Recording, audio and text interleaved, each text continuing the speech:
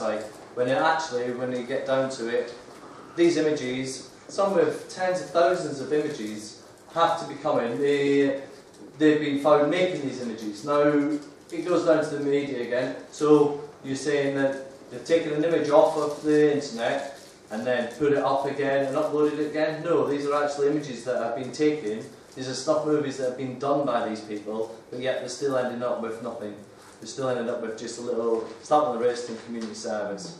Now, how can we ever get any justice through the official realms, whether we actually get an inquiry, a board of inquiry to sit and look at this thoroughly, when everyone's part of the same club, everyone's going to be resigning left, right and centre, which is why the only way forward with Fresh Start Foundation can see is by doing it the way we're doing, by going out and speaking and hopefully encouraging as many people to come forward anonymously if they want to, or feel free. We have got a few people that I already have from, since I've started. I run a hotel over in Argyll, and Fresh Start is my chosen charity, and it's amazing how many people are automatically coming up to me now and just speaking just because I have charity boxes on the bar, or because there's a poster up and around, because people want to get their story out and they're just scared until now that whoever they tell is going to fall on deaf ears, and they'll be through the same inquiry. Janine, one of our other directors, will be talking at another show in the future who's been involved with the latest inquiry, and we'll quite possibly talk a little bit about that and how to find this within that in the future. But for people to have confidence, they need to see something working, and we're hoping that over the next 2 years, moving around the country, updating Wikipedia as we go, involving the community, letting their stories be told, then hopefully justice will come forward and we'll be able to move forward and upwards. Because if we don't start involving the public, if we don't start allowing people to come forward who have seen it firsthand, have had their relatives firsthand, or people like myself who are just sick and tired of seeing the nonsense and seeing nothing happening, we need to give those people a platform. People are crying out for it, and until we can get up and running and moving forward, then we'll just be failing the children of the country. And we can look now, as I said, we know people who are in their 80s who have suffered child sexual abuse, who still haven't had justice after 75, 80 years. Yep. And so let's not have our children who are still in the institutions now, who are still going through this, with all this problem still existing, and another 75, 80 years. By the 22nd century, that poverty should be eradicated, that, never mind having to look out for the children who are the future of this planet, who are the future of the world. And without a healthy group of children to move forward, then we'll be in the vicious cycle of abusing the abused, abusing and forgetting, blinkers, blind, what's happening on X Factor, what's EastEnders, nowadays. And little point to finish, it is nice to see storylines in these kind of programmes making it out, whether it is there to, again, give a little bit so people can be appeased and the public can think, oh, look what they're talking about, it, somebody will be doing it, it's not me, it's not affecting me, we can move forward, we can get it. I just hope that being part of Fresh Start Foundation, that we can, in the nicest possible way, put it in people's faces. No way, not the nicest possible. No, I mean, not to the politicians. That will be nice. I mean to the Joe public. I don't want to offend Mrs. Bloggs down the road because she's got a timid disposition who doesn't really want to think about child sexual abuse. She has got a vote and she needs to know the truth and the facts. But let's not scare people. We don't need to scare people. Children are scared. I don't dispute that. Some people really cannot get in their heads, obviously, if you've not been through it yourself, you just cannot understand that somebody could do that to a child. That just isn't in your head if you're not either a pedo or you're a survivor. So it's really, you've got to be, like you said, you've got to be careful how you put it across. And if you're not, people you don't want to shut everybody off, so they just want to ignore it, and it's too distressing for them. Just there's a way. It's a fine line, you know. People need to know, but it's about how. Because again, we don't want to be putting off the survivors who might want to come forward, but then think, oh, well, all you're going to do is use me and put me out there. You know, I'm not a survivor. I know I'm just a man who got sick and tired of seeing nothing being done and had to do something. You know. Let's come together and empower ourselves then. Absolutely. Okay. Absolutely. Can I point a few things that will empower us without us being aggressively empowered? In Alaska, we had a major problem in the native communities of abuse. There's a rate of 60%, and we've grown for 4 generations. There's one lady went, stuff, I've had enough. And she had to change one thing, and it's what they call paedophiles. They call it, you harm our community. We are harmed by you. By changing that rhetoric from being a pedo, or a beast, or a bastard, to you are harming my community, and harming my grandchildren, my great-grandchildren. We need to stop this harm. They change that language, we can forward. They can talk about being harmed.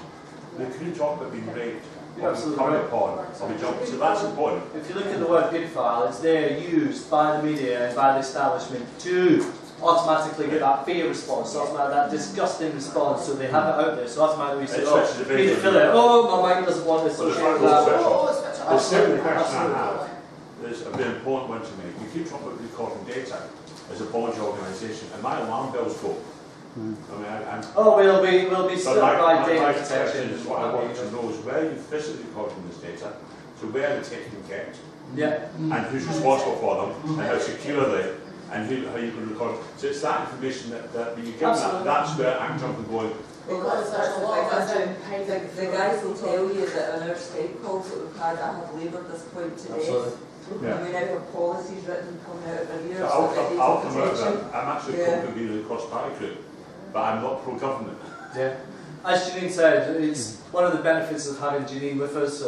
Anybody who doesn't know, Janine is one of the directors at Wellbeing Scotland, and one of the original people who are moving forward in the inquiry.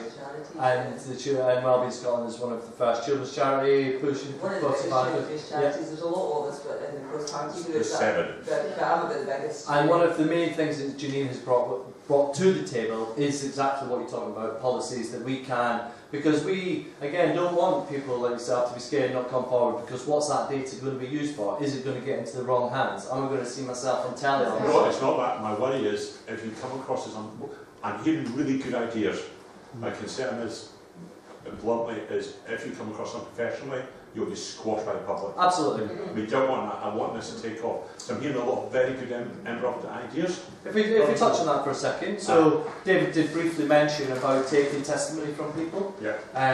And so one of the main things that we want to do is evidence is king or queen. Without that evidence, you cannot go to court. We cannot convene a court. We can't convene a jury if we don't have recorded evidence from it. What is evidence? Absolutely. So what we will be looking to do, part of the funding that we're doing and raising, is to get recording video equipment, so we can, to people at all times, in a convenient place, that the survivors can, we don't like using the word survivors, but people who've been involved in child sexual abuse through whatever period in harmed. People who have been harmed, absolutely certain. People who have been harmed, we want to make that as easy as possible for you to be able to come through and put your story forward and let somebody be listening. Now, whether you want to be blacked out on screen when we end up at the jury, whether you want your face, whether you want to stand from the rooftops and shout about it, you know, all avenues we want to be able to take that story from people. But securing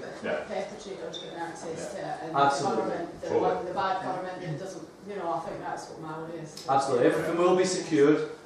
Most probably with David and Neil, and it'll be locked down, and there will be no access. It will only be the directors who have access to that, and we're fully vetted. I will have my forms back to you by the end of the week, and we are fully vetted within ourselves to ensure that happens. Because if any perpetrators get hold of it, if we are seen as not being as white in what we're doing, then that will harm what we're doing, and we cannot have that. We need to be ensuring that whatever happens, whatever comes to us, that we can action that in the easiest and clearest possible way to get the conviction, to get the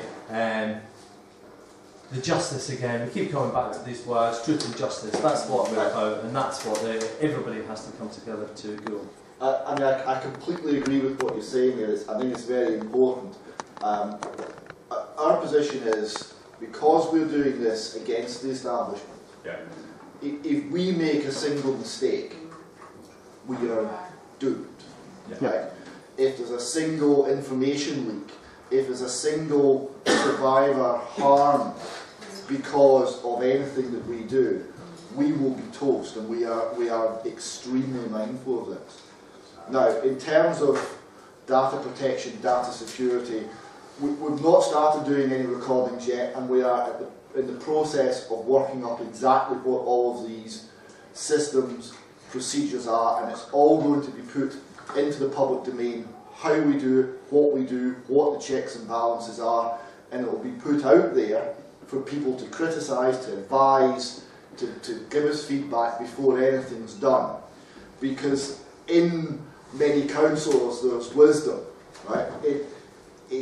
And it is essential that we make no mistakes here, because he said, I spoke earlier about how appallingly John Swinney had behaved towards the official inquiry, but John Swinney's still in post. Now, we cannot behave 1/100th of that with such callousness towards the people we're looking to help, because we don't have an establishment behind us. We have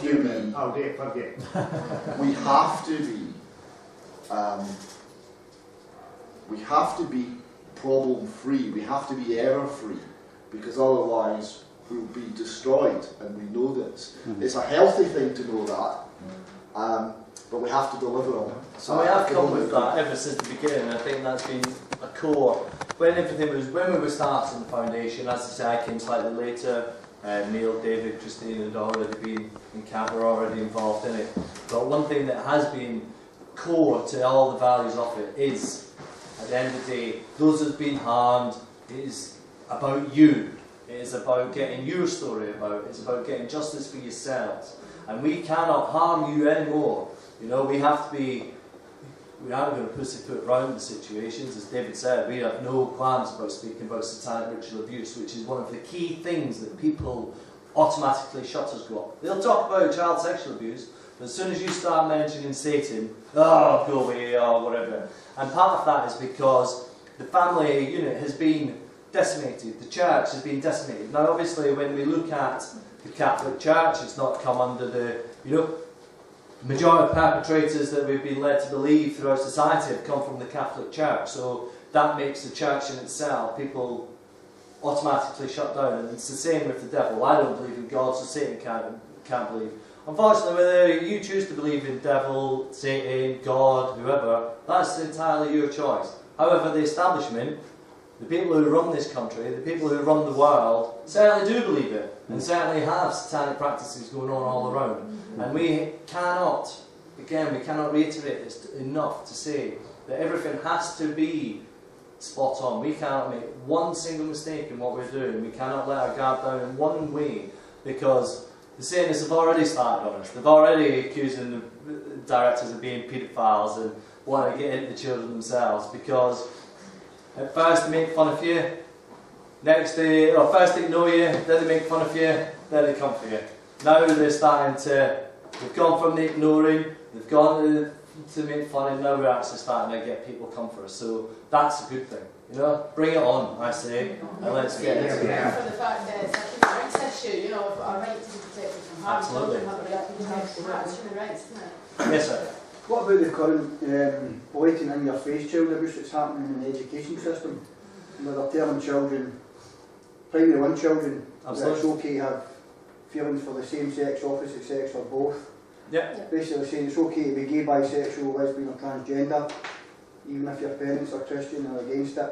Absolutely. They're telling primary one children, and also the sex changes on demand that are happening. There's primary one children being sent to London Tavistock for sex changes. If that's no child abuse, Absolutely. And that is institutional child abuse right in front of our faces. You're absolutely right, because that's our good thing. Wrong, that's right. When we are... What gives us the right to say, let a child has been born, he doesn't feel that there's something wrong? I agree, John, but at the age of 4, 5, 6, that child should be learning to integrate with other children. It is the child. It is not... It isn't having a sexual relationship with another boy or girl, never mind to worry about whether it's going to get his genitalia removed and transferred gender. Unfortunately, that's the thing. At the moment, we have to deal with those who've been harmed to get to that point. Because if we can't bring the politicians and the lawmakers or the legislation makers to toe, then we can't start changing policy. We can't start taking down the politicians. We need to have a base to work from.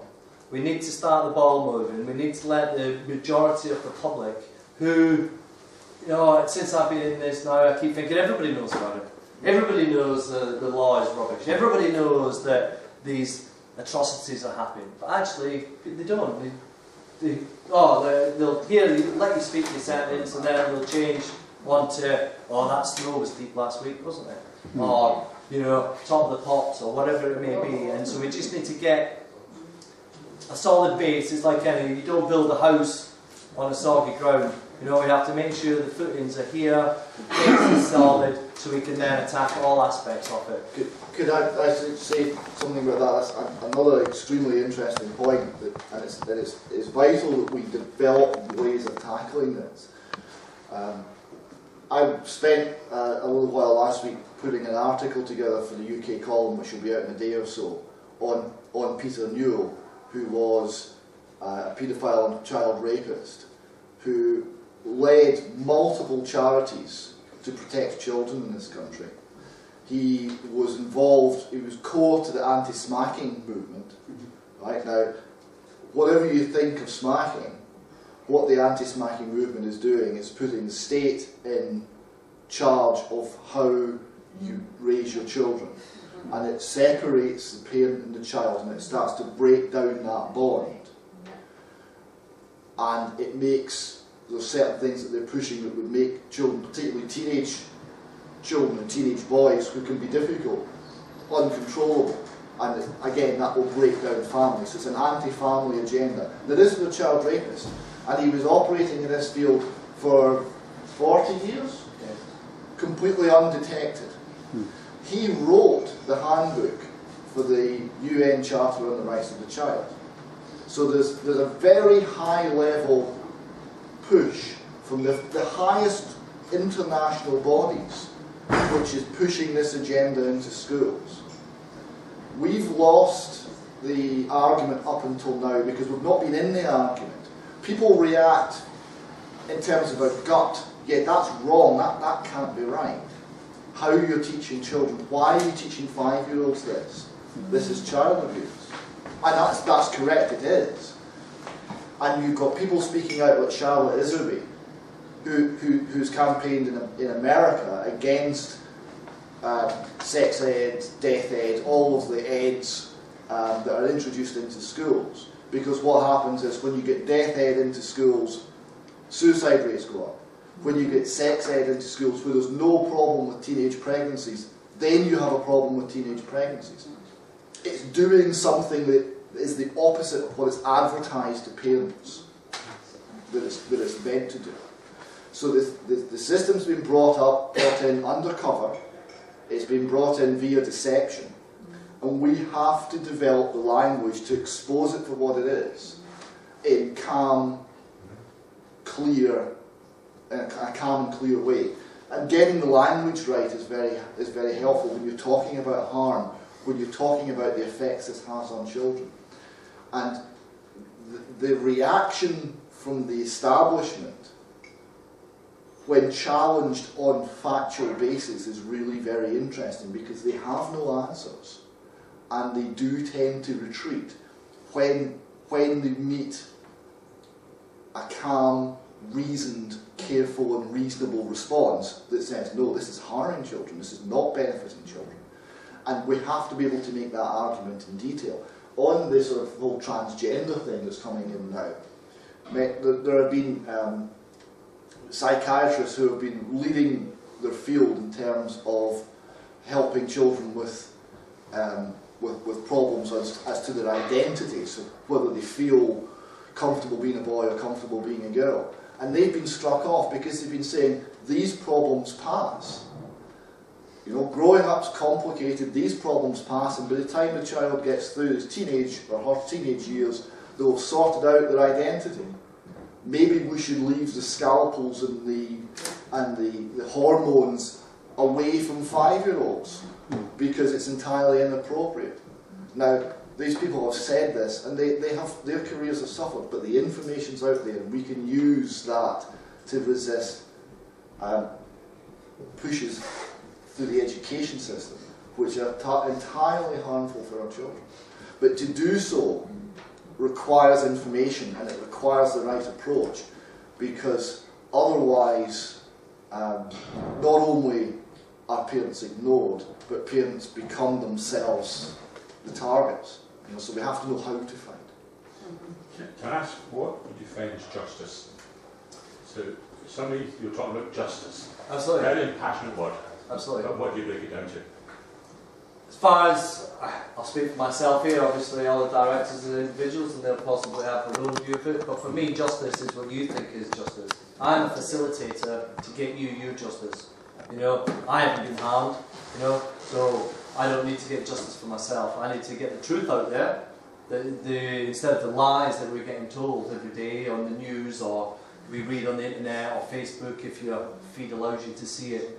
So the justice for me, you're absolutely right, it's a very subjective word, but it's for that individual. We're here to facilitate you getting your justice, or another lady getting her justice, or harmers and that. That's useful. One of the things just now that's happening in this Scottish government is the sort of funding the quality sector of being intelligence, being able to CAMS, mental health services. Yep. And push people back down a psychological model. I'm taking a psychologist. Okay. But I'm very concerned by this, because people should be able to go where they want for where they need achievement. The other problem is sometimes you have people coming forward, element of the disassociation of what tends to happen is, not always, but children's being switched off, mid-20s they have recalls. Absolutely. So one of the difficulties is sometimes the abuse is died. So there's no justice in court, but a person's life's a mess. Yeah, so it's how we get that person back to the level where they could get if the abuse hadn't happened in the first place. Absolutely. Education, housing. Absolutely. Again, I was listening. Can I throw in a few? We are watchwords of truth and justice, right? Now, truth, people know instinctively what truth is. That's something that you don't actually need to explain to a human being because it is innate. Justice is more complex, and you're quite right, because we are only human, right?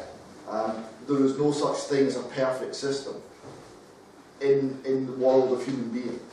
But justice is a process. Now, ultimately, if all the information is gathered as diligently as possible, if the accused is given a chance to face the accusers, to face the evidence, to defend themselves, and all of that is put before a jury of their peers, and they decide whether the alleged person, the perpetrator, is guilty or innocent. That is the best system that we've got of justice.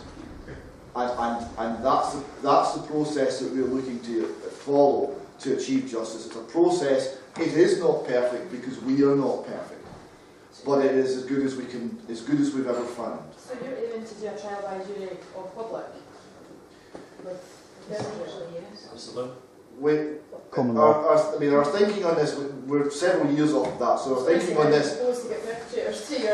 Well, our thinking on this will move, I'm sure, as we debate this.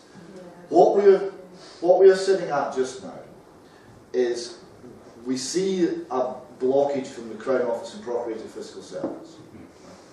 We are holding up the fact that there will be common law and a common law grand jury. Now, what a grand jury does is it decides whether there's a case to answer. It doesn't try the case. It decides whether there is a case to answer. So if we are blocked by the Crown Office, we intend to go the route of grand juries. to look at the evidence and decide who is indicted. Now that's as far as our thinking has gone at the moment. But the juries will be made up of the juries will be made up of the public. Yeah, you might find that quite difficult because you're going to, come on, there's not many perpetrators that are actually know the meaning of the word truth. And secondly, how you're going to get them there or keep them there. And thirdly, a lot of people are so angry that that's going to probably the challenge like vigilantism. I totally think that's going to lead to that. And I love your idea because I would all love to lynch mob them on an island, and, but that's just not life. Unfortunately, we can't do that. And plus, it's proven unfortunately there is people that make up stories. So unfortunately, they're like, I don't like that man down the road, so we're not going to make out that he's a monster, and that happens unfortunately. Everybody jumps and wants to go, look at him, wants to get him. So I think that's a little bit dangerous. I think the problem in the justice system as well is massive for me. I've studied a bit of law myself. I'm doing criminology and sociology, and I find that if the law is constructed in the way that, unfortunately for this type of crime, that it's never going to be able to be clearly cut and convicted because of the restrictions in the law. The law, in the eyes of the law, there has to be the two sides. Which is one of the reasons we're going the common law aspect, because the legal system and legislation is absolutely right. It's set up to allow these people to get off with community service because someone at the top decides, and then a judge decides what their crime is and what their punishment is going to get, whether they're out in 3 months or whatever it may be. I think rather than trying to set up their own thing. The reason we're going through the common law way is because... Sorry. That I think that it would be more helpful to actually look into the facts around how they prosecute cases like that and campaign for changes to how they look at, even how they record these kind of cases, how they report them, how they record them, how they handle them. It's usually, there's certain stages that it's quite simply you can identify, you look at it, where the flaws are. So if we actually focus on campaigning on that area, rather than try to set up our own course, which I think might go against your work. Neil? I just want to say that a senior solicitor has already given evidence to Scottish Parliament that the judges themselves have been discriminating against child abuse victims.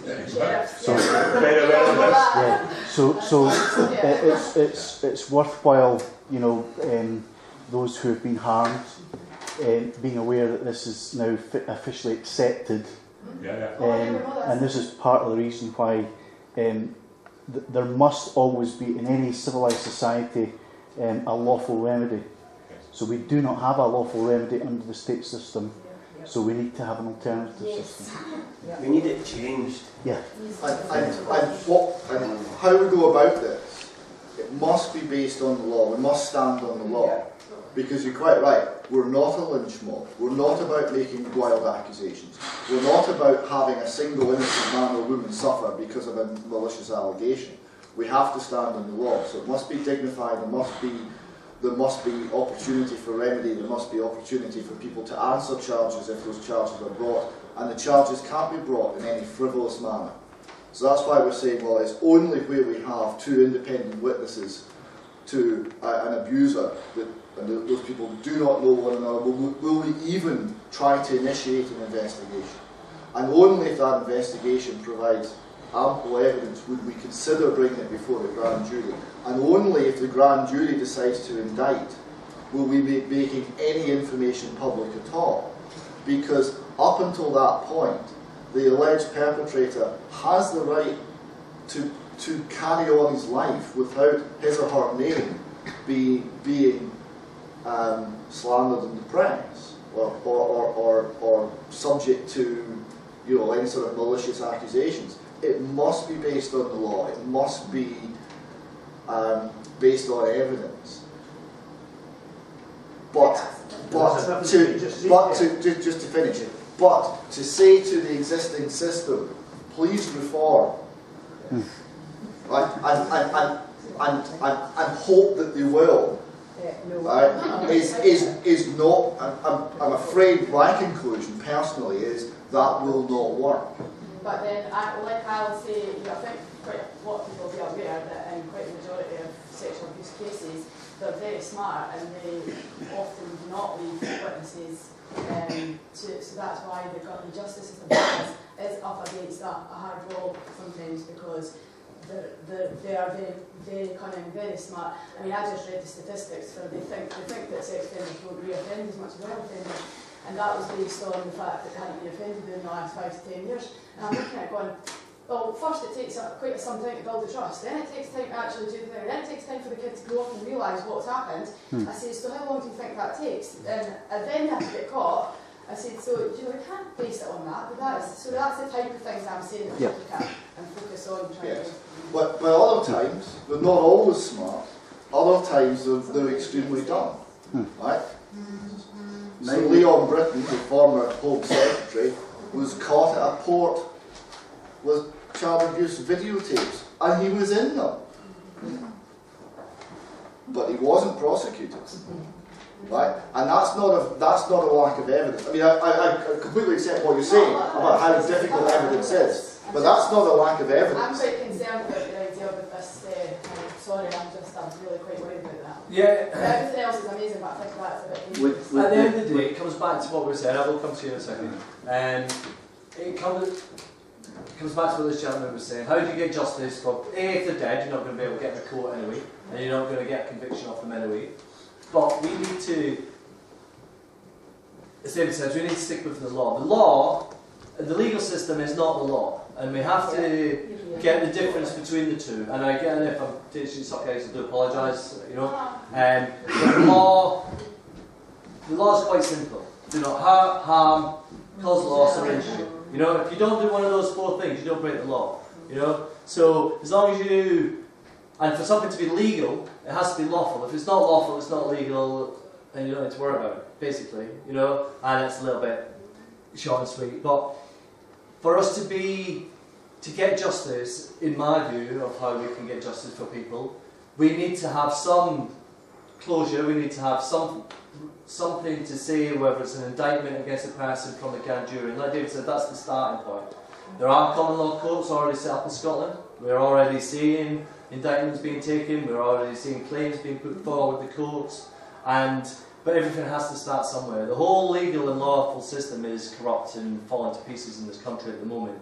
And so to regain a lawful society, we have to start somewhere. And we have to start by sticking to the law. And the way to get to the law and to get back to a lawful country and a lawful standing within the country, we have to adhere to the law. So we have to ensure that if we take statements from people and we have evidence, to stop there being lynch mobs and to stop that happening and to stop people getting too, seeing a name and, like the paedophile hunters are getting grief at the moment, even though some of them are married, some of them, like any industry, they're infiltrators and they make things look worse than they actually are. To have a process to work towards within the law, that's all we can do. We can only work to it, and the only way, as David says, that we can see as a beginning, and we're a fluid charity, we're going to work with those who have been harmed to see what you guys want, because we're here as a platform, as we keep saying, to allow and facilitate this to happen. And the only way to get a conviction is to go through the grand jury route, because if we don't, and again you're absolutely right, we don't want lynch mobs, we don't want people to get riled and want violence, because that's what the establishment want. Once you cross that, and it's any lawful thing, any uprising, if you start being violent, then that's a breach of the peace. And part of the law is you're not allowed to breach the peace. So we have to be upstanding, we have to be see-through, and we have to have a process in place that will take us to an end result. Now, when we have the indictments and the grand jury says, yeah, absolutely, how are we going to get those perpetrators into a court? Now, thankfully, working with Wilfred Wong, he is a barrister. He is a trained barrister. He knows the legal system inside out. Now, whether we've approached him enough to come on and start part of the grand jury, because part of the common law you do actually need some advocates there as well to be able to move it forward. Now, It's just finding those. Not everybody's bad apple. You know, people do get into things, like you said yourself, you study law and psychology, criminal psychology in yourself, because that's an avenue that you feel you had more understanding than you can take to that legal system, and that's the way we have to educate people and move forward. We have to stick and work within the law, because otherwise we are just vigilantes, and then we can be as bad as everybody else. Whereas we need to be held accountable for what our actions and what we do to a certain degree as well. And yeah, the only way that we can do is by working within those things. And if we find evidence and witnesses to show that there has been hurt, loss, harm committed, then that shows that there has been a crime committed. And then we have to work out how we can get that crime and that perpetrator of that crime punished. And at the moment there is nothing in place to do that, so we're working towards, because if you don't have a direction to go in anything, you just go round in circles, and we would forever chat about things and never actually process and move forward.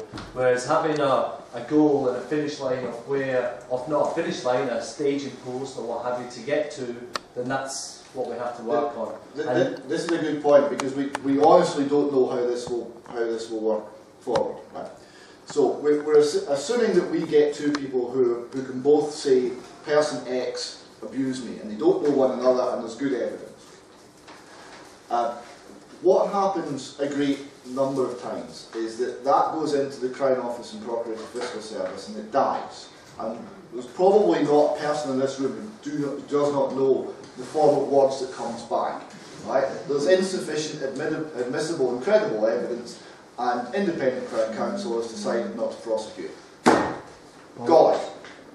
Now, the numbers of cases that go into the Procurator Fiscal where the view of the prosecutor, the view of the police is there's enough information, the view of the prosecutor is yes, there's enough information to have a reasonable chance of success, and then the Fiscal's Office decides not to proceed, is enormous. It's what is it, 40%? Is it? 40%. 40%, right? So there's a huge pile of credible cases that are rejected.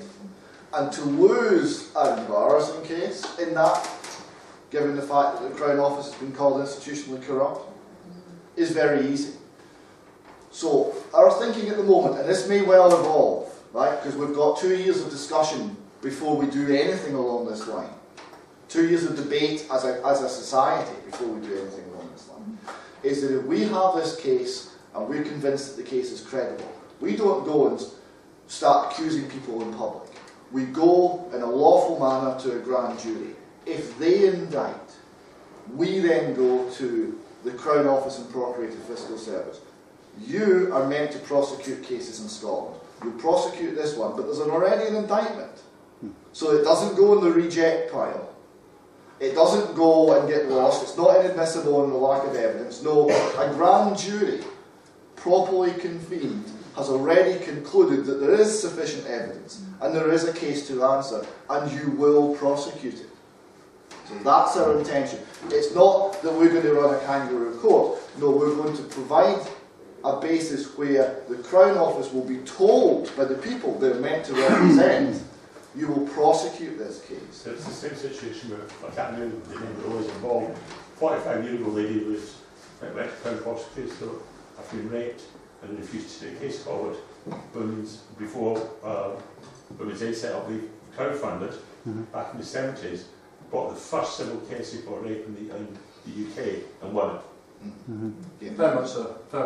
Yes. So what happens at that point? What will the Crown Office do? We've no idea. Yes.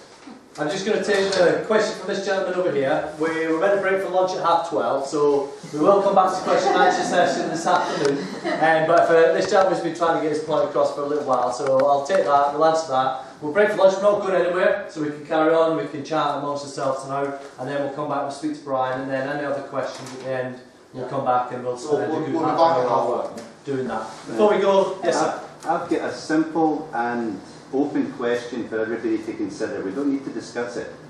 We can, but we don't have to. Which is, as far as the judicial system is concerned and the corruption within the judicial system is concerned, will the provision of a legal alternative bring pressure for reform within the present judicial system? I think that is a perfect way to finish for lunch, because we can sit and dwell on that, and then this afternoon, if anyone would like to come back, then please do so. As I say, I'm not going anywhere, David's not going anywhere. If you have any questions or want to attack me, feel free. And otherwise, we shall see you.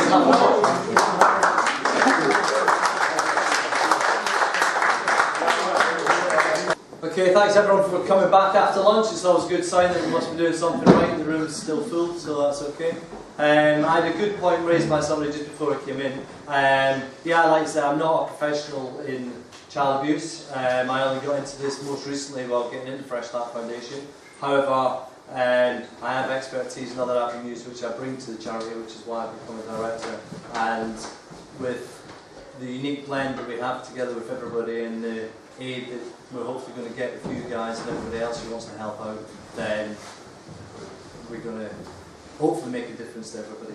But yeah, I'm an open book, I'm very transparent, I'm an honourable man, I work under Article 61 and of Magna Carta, which is something else, but ask me any question, I'm an open book. And as another one is, I'd like to introduce Brian Goresh, who's our keynote speaker this afternoon. Some of you may know Brian.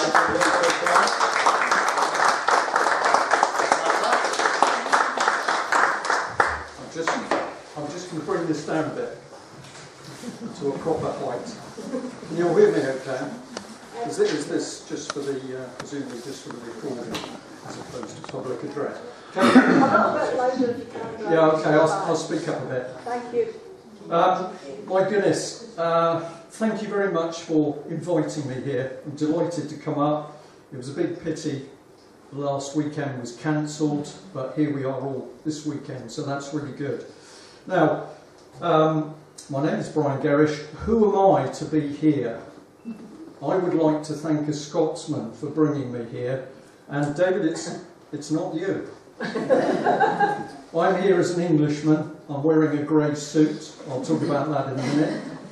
Who was the Scotsman? So we'll go back to 1993, when I was captain of one of the offshore fishery protection vessels, HMS Orkney. And I think it was about February 1993, in a dark and very stormy night. We were coming back into the Firth of Forth, and there was a fisherman. We did a boarding. He was using undersized nets, according to the European legislation. My instructions, my orders were that his nets were to be confiscated. And so we confiscated this gentleman's nets. He called me an effing something, and a few other words which I didn't quite understand, but I got the general impression. And what did I do? Well, he said, "You're destroying my life, you're destroying my livelihood." And a few days after that event, when I came to reflect on it, what he was saying to me was true. And I'd known for some time that the job I was doing in so-called fisheries protection was nothing about fisheries protection. It was actually introducing the EU policy which was going to devastate British fishing grounds. And I could give you a whole talk on that. But I'm going to thank that gentleman. I don't know his name. I'd love to meet him now so that I could apologise for what I did. But he was really the final straw, because shortly after that I made a decision to leave the Navy because I didn't like what I was seeing happen within the Royal Navy. And I left the Royal Navy. I then started to work in a small consultancy, and then very quickly I'm discovering fraud and corruption, and when I speak out about it locally I'm threatened. I have used hypodermic needles left in my flower baskets. I get death threats. I'm in a world that I don't recognise because I was a person in the uniform. I was establishment, and I was now seeing a society and experiencing what a society could do that I just did not recognise. My family were threatened, friends and colleagues were threatened, all because we tried to point out that in Plymouth at least there was massive fraud and corruption going on. So I am Middle England. I'm an Englishman. But the reason I use that expression is because Middle England is a lot of grey roofs, but it's also average families, probably got a car at least, most of them probably 2 cars. They have a foreign holiday every year. And they're pretty isolated from what's happening. They work very hard, they don't have a lot of free time, they believe the mainstream media, they're foolish enough to believe the BBC, so their view of the world is very limited. But this is the force in the country. These are the people that are the country. I'm not saying because it's England. What I'm saying is, as an example, I can talk about Middle England. I can't use the phrase Middle Scotland because it doesn't work the same, so you'll have to translate for me. But what I'm getting across is that once we start to see this huge problem unfolding in front of us, who are the people that we need to wake up? It's ordinary good people. Those are the people that hold the power, but most of the time they don't realise they hold the power because they feel squashed by the system. So if we're going to start to move towards justice for people, we're to have a system of law which does its job. We have to wake up ordinary people to understand, one, there's a threat, we have to show them what the threat is, and then we have to show them the route through to dealing with that threat in a proper, reasonable, lawful way. And what is so powerful about this, this movement today is that, of course, from the outset it's based on the fact that it has to be done in a proper, lawful way. And it's quite right, I'm not sure whether Lady is, oh there you are, you asked a pretty direct question about how that would work. We could speak for an hour on the subject of how that bit should work, but the key point bit is that this initiative is starting on the basis that it's got to be done lawfully. And also the other thing that's been pushed is that we have to do it on evidence, and we have to be very careful of what we say. Now, just very quickly, why am I here? Well, when I discovered the fraud and corruption in Plymouth with some other people, we printed an A4 sheet of paper called the Edinburgh column. The first month we put out 500, and in it we talked about what was happening in the city, but we did it in a very careful, measured way, and it was quite extraordinary. People got in touch with us and they told us more stories about fraud and corruption and what the council was doing, what had happened to them. And so we kept printing every month the little A4 sheet. Then we got a little bit of money coming in, and we dramatically increased production because we took an A3 sheet and folded it in half, and that gave us 4 pages. And then we started to push that out. Eventually we got a small office, we were given computers, and we had sufficient money to get a telephone line in, and the moment that telephone was in, the moment it was in, it didn't ring. And one of the ladies working with us said, I wish that bloody telephone would ring. But a few weeks later she was saying, I wish that telephone would stop ringing. And what was coming in was information from people of a sort that we just never come into contact with. People who were saying, I had my house taken, or my son was beaten up, or lies in court, or the police are bullying us. It started to pour in, and we started to print, and eventually a very generous lady enabled us to print more or less a proper tabloid-sized newspaper, which we called the UK column, and ultimately, with all of the generosity of the public, we were able to produce, we had a print run of over 1 million copies. Now, we couldn't continue that because the cost of stamps went up dramatically to send them out to people, and also the cost of printing went up dramatically. And at a particular point with Mike Robinson's effort, if you know the gentleman I work with, he said, I think we should switch to video, and cut a long story short, we ended up being able to produce a daily news programme Monday to Friday where we've kept talking about what's happening in the country. Now, how do I link with this? Well, very early on, when we had our first little office, a lady rang me and said, Brian, my daughter was stolen at gunpoint by Neath Port Talbot Social Services in America. It was an incredible story. She told me over the phone. But later she came to see me with 2 suitcases of documents, court documents. When I went through those documents with her, I knew that her story was true. And what it meant was she had a young girl, about 11 years old, who was sick, and eventually the little girl can't go to school. When the girl can't go to school, social services start knocking on the door, and they start to twist the story that the mother has Munchausen by proxy, i.e. she is making up the daughter's illness. The mother can't get a diagnosis. She tries GPs, they can't diagnose the girl. She goes to several major hospitals, including Alder Hey. She gets plenty of medication, to the extent that I have a photo of a table covered with the medication for that little girl, but no diagnosis. So eventually the girl is ill. They don't know what it is, but she's also ill because the cocktail of drugs are ruining her body. So Mum eventually takes the girl to Florida, to a specialist hospital, and they make a diagnosis. And I'll tell you what the diagnosis was. It's Zollinger's disease, which is multiple ulceration of the gut. So if you know from anybody how painful a stomach ulcer is, this little girl had multiple ulcers in her stomach.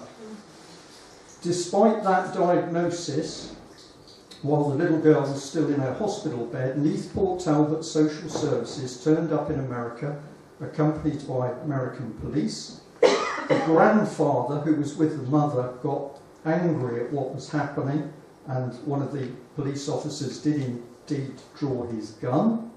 Neath Port Talbot Social Services took the little girl, they flew her back to England on a false passport, that is all provable, and they put her in a psychiatric unit where they told her her pain was imaginary.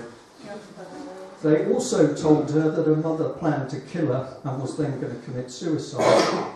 And I will end the story by saying that little girl, now an adult, has never been reunited with her mother, because every time the mother has attempted reconciliation, the girl perceives it as a threat because of what's been told to her, and there has been absolute collusion between the medical services, Neath Port Talbot Social Services and other social services, and South Wales Police and the Welsh Assembly and the court system, all provable.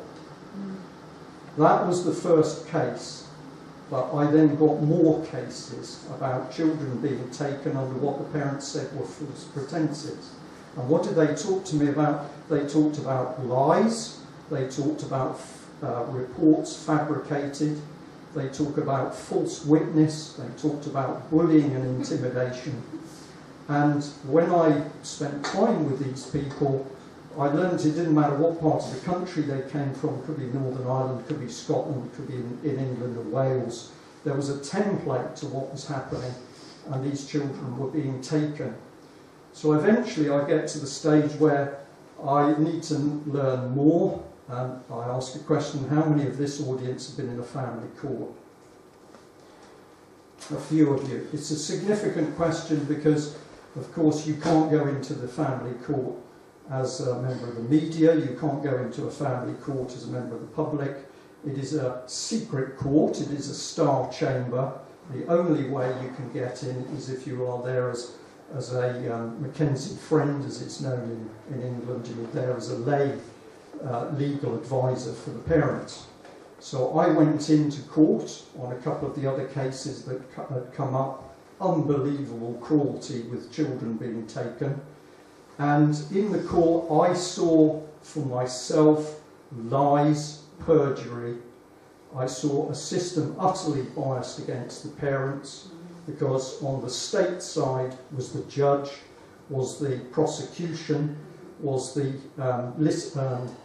I've forgotten the word, but the lawyer who is allocated in the child's best interest, and then the lawyer for the local authority, and then the psychologist or clinical psychologist who is there for the. So the parents are faced with about 12 or 13 people paid for by the state to argue that the state should take their children. Now, in one of the cases that I went into court for, the little baby boy had been taken from his parents whilst I was working with those parents, and the mother was able to get one contact to see her baby boy. She was breastfeeding him at the time, and he needed her milk because her milk, I can't remember the exact problem, but he needed her milk. Couldn't be fed other milk because he had an allergy to artificial milks. When the mother was able to see that baby for one contact, she was just shocked because the little boy was covered in scratches, he was blotchy, he was clearly ill, his eyes were virtually closed. She was able to get photographs of that, and yet in court the judge would not have that as admissible evidence that that child was being abused under the care of the local authority. It was heartbreaking. I was able to speak, which is unusual because what they do, particularly now, is to say that you can be there as an assistant, a lay assistant, but you mustn't speak. I was allowed to speak in that court. I was very naive at that stage because I was only getting into this. But what did the judge say? The judge said this to me: Mr. Gerrish, if you report a single word of what has taken place in this court, I will put you in prison. Mm-hmm. And that was, I'm really delighted that the lady said that to me because that really started to show me what the state was about. Now, before I misinterpreted, do I think all social services people are bad? No. Do I think all people in the legal system are bad? No, I don't. I'm going to come on to this. But what we started to have was a deluge of people talking about children taken, abused. A lot of them were disabled children. This is a theme, disabled children disappearing and abused. And I'm going to talk about it. Tell me if it's too much for some of you in this audience. But on the subject of disabled children or disabled people, one of the harrowing cases was a family that contacted me, and the story was that they had a severely disabled son, so they needed to use a charity from time to time for respite. So the young man would go into that charity, and what had happened was that when they'd gone to pick him up after 1 week period, I think it was, with the charity, he was extremely distressed. He was like they'd never seen him before. And when they got him home and they bathed him, they discovered that several of his toenails were missing and he had other bruises on him. Now I have spoken, okay, so just a moment, I have spoken to one of the policemen who did start to investigate that case. He eventually pulled out of the case, but he was prepared to tell me, I'm sorry, Brian, that young man has been tortured, but I can't deal with the case. And this again was another thing which we started to come across with. You might get a good social worker starting to do the right things in a case, you might get a good policeman, but inevitably they were taken off the case. So my knowledge was growing, and then we'll go another step. I'll come back to the gentleman for his question in a minute. I'm being told about children abused, parents who have had their children taken and then discover the children are being abused in care. It might be in a form of neglect, it could be emotional cruelty, it could be sexual abuse, but these cases started to come to me. And we knew that there was something really extraordinary going on. Now let's come back to me, because in the beginning I'd done my time, 21 years with the Navy. There I was. I thought I knew who I was. So I'm a professional. I've been there doing the job, and I thought I knew a lot of things. But I'm getting information pouring in that was really astonishing. So I start researching. I start talking to people, and then what I began to discover were funny things, like if you got into the subject of missing children. And you said, well, okay, how many children go missing in UK? All of a sudden you can't find a central statistic. I'll help you out on this a bit. If you say how many adults go missing a year in the UK, it's roughly, how many people go missing as a block of statistics, it's 300,000. In fact, I think last year or the year before it's 330,000. And Usually 2/3 of those appear within a few days or a couple of weeks. Where are my statistics coming from? They're coming from ACPO, actually, the officer responsible for child safety in ACPO, Association of Chief Police Officers, as it was. It's now called something different. So 300,000 individuals go missing, roughly. 2/3 of them then come back, so that leaves 100,000 a year that are missing. Then we come to a very interesting statistic. Roughly 1/3 of those that go missing are children. So roughly 1/3 of those children go missing properly. 10,000 children a year. But why don't we see that statistic in the press? And the answer is because it is utterly suppressed. And you can do this as a challenge, if you like. If you can find what the central statistic is for missing children, you can go on the CEOPS page, and they'll have a few tens of children and their photographs. But this doesn't account for the fact that the proper statistics are in the thousands of children. And then we can put some twists in, because we can say, well, surely if 10,000 people go missing, where are the screaming parents? Well, it's more subtle than that, because where are these children missing from? When they're missing from a care home, they don't necessarily have a parent. So children can go missing from the care system and nobody misses them because nobody knows they're there. And we had a very brave police officer, John Wedger, Metropolitan Police. He was working in Vice. Then he's asked to look into child abuse. And what's the first thing he discovers? That in the children's homes in London, they all knew that children were disappearing for nights. They all knew. They all knew that young girls and boys were going out to do a little bit of sexual work to earn a few quid. They all knew that it then was that those children were being groomed and fed serious drugs, like cocaine, because the moment the children could be got onto cocaine, you could get them to do anything sexually. And when John reported this, he was harassed, threatened, his pay was stopped, his family was threatened. And if you haven't heard the hour's audio interview that I did with him, I encourage you to listen to it on the UK column, but you're going to be able to meet this policeman at the next session. So I'm following through my sort of chronology of how I got interested and informed in this case. And then I'm going to say my job in the Navy, just to bring it up a bit, my job in the Navy was finding Russian nuclear submarines. That's what I was trained to do. I worked with very big teams, and a lot of that is putting information together, it's directing people, it's working a system. So I think as a professional, I was a pretty capable person. I think I'm reasonably intelligent. I think I've got common sense. When I put the picture together about children in the UK, what do I know is happening? Children are being abused in this country on an industrial scale. I've worked this out for myself, but there are several senior police officers who are on record saying this. So this is an open secret. It's on an industrial scale.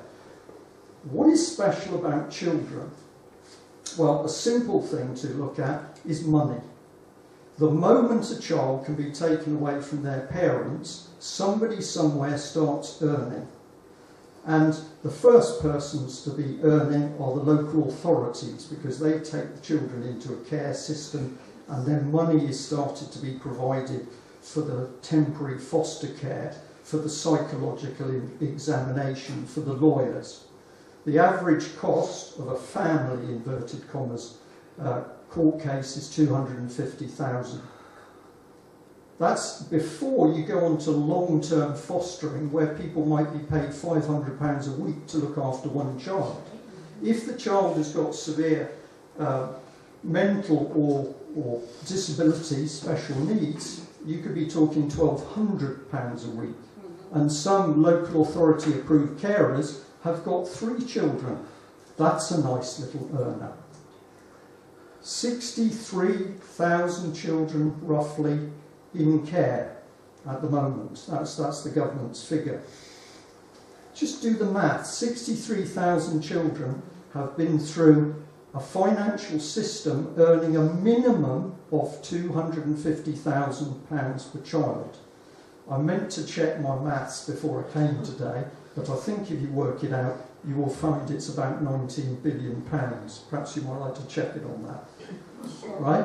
So when we talk about children, the first thing to think about is they are worth a fortune. They're not worth a fortune when mum and dad have got them. They're worth a fortune when the state and its agents have them. Then when you've got the child, oh, well, then it's sweetie time. Because if you can groom that child to go on the game, you're into mega money. If you can take a very, very young child and provide it to him or her to the client who wants that child, they are going to be prepared to pay big money for the privilege of being able to abuse that child. If you get to the level where they're bringing the children into pornographic videos starring children, then we're into obscene amounts of money per child.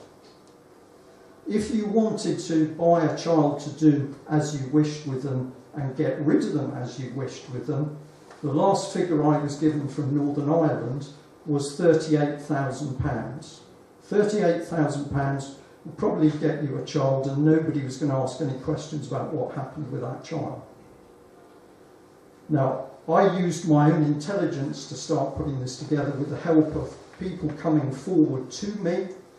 I've talked to lawyers, I've talked to barristers, I've talked to police officers, and there are many, many good police officers out there who know this is going on, but they haven't had the courage of John Wedger to come forward, or Maggie Oliver, another brilliant woman. But we can build the picture with evidence and testimony very quickly. Now, as the cases were coming into me about child abuse, child stealing, torture of children, what started to come in was something a bit darker. A mother said to me that my daughter goes to her estranged father, and when she's there she doesn't like it. She doesn't really tell me why, but when she comes home she complains about the fizzy drinks that her father gave her, which don't make her feel very well. She talks about strange dreams and memories. And one of those dreams was being in a room with different coloured walls, and she can see men from the waist up, and she said it was weird because they were all wearing t-shirts and then most of them had bald heads. And the mother didn't know what this meant, but she knew that something nasty was going on. Eventually, the mother decides that she's so frightened by what's happening and the fact that the local social services were now chasing her, Munchausen by proxy and a few other things.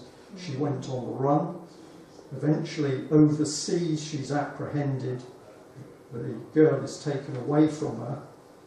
And then I am involved, so I'm learning from this case, and something very interesting happens. What happens is that the mother is advised, I'm going to say by us, it was a group of people, to use a defence, a special defence, for why she went on the run, because they were trying to do her for abduction of her own child, basically. She used a defence of duress, and the importance of the defence of duress is it's a common law defence, and if you are going to use that defence, you have to appear in front of a jury. We forced this case on and on and on until it was due to be heard in front of a jury in Portsmouth.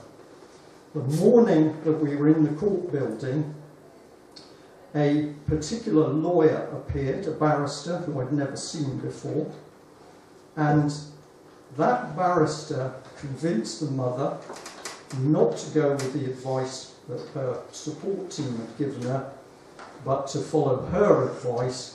And there was this little form that she should really sign, because all it did is admitted that, well, she had taken the girl, but she didn't really understand the court order that was in place. we said don't sign, don't sign.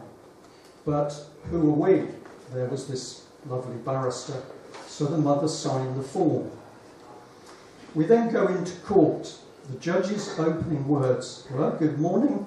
I just want to say that so that this court is not more of a charade than it already is, jury, the mother has signed a form which you need to evaluate, and I'm sure that when you've evaluated the form, you will come to a proper decision." What the judge was doing was directing the jury. I could come on to that more, but we'll just follow this little story through. The mother isn't even identified to the jury at that early stage as the mother. She's just a woman. She's just a woman. And the judge says to the jury, well, you've given the piece of paper, I'd like you to go outside and consider what your verdict should be. So the senior member of the jury looked a bit puzzled. There was a little bit of questioning, at which it did emerge that the lady was the mother of the girl. But eventually, of course, the jury are bullied by the judge, the important judge. They went outside for about 12 minutes and came back in and said, well, on the basis of this document signed by the mother herself, guilty. Right? Now, what they then did was very clever. Well, we have a guilty here, but of course the original charge isn't appropriate because what is to do? So they then switched the whole thing back to whether the mother had an existing court order to take her daughter overseas, and then the judge played it all down. So what did we see in court? We saw what should have been a common law defence squashed by this mysterious barrister that came in, and if that defence had gone on in court, all of the facts about that case would have appeared in front of the jury. Everything. The abuse of the girl, the perjury, the lies. And what verdict do I think that jury would have made? A common sense result. I think they would have come back with not guilty, because they would have then understand why the mother did what she did.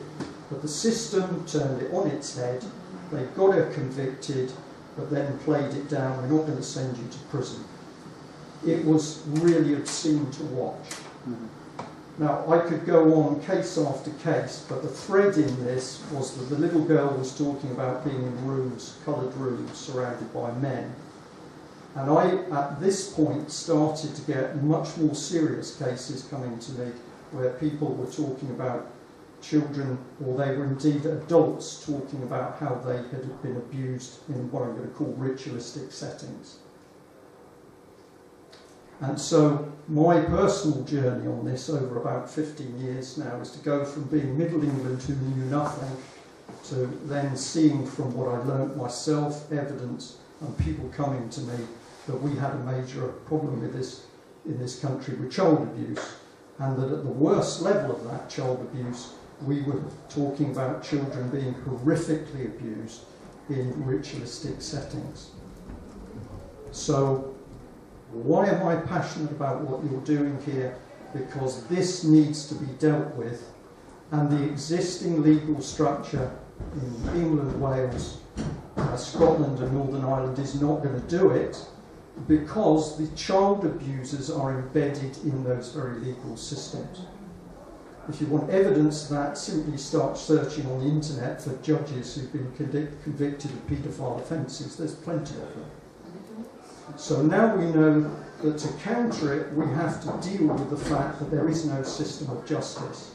And this is where common law becomes very important, because if we go back to the nations, Scottish nation or England, the underlying law is common law, which means you're going to be judged in front of a jury of your peers.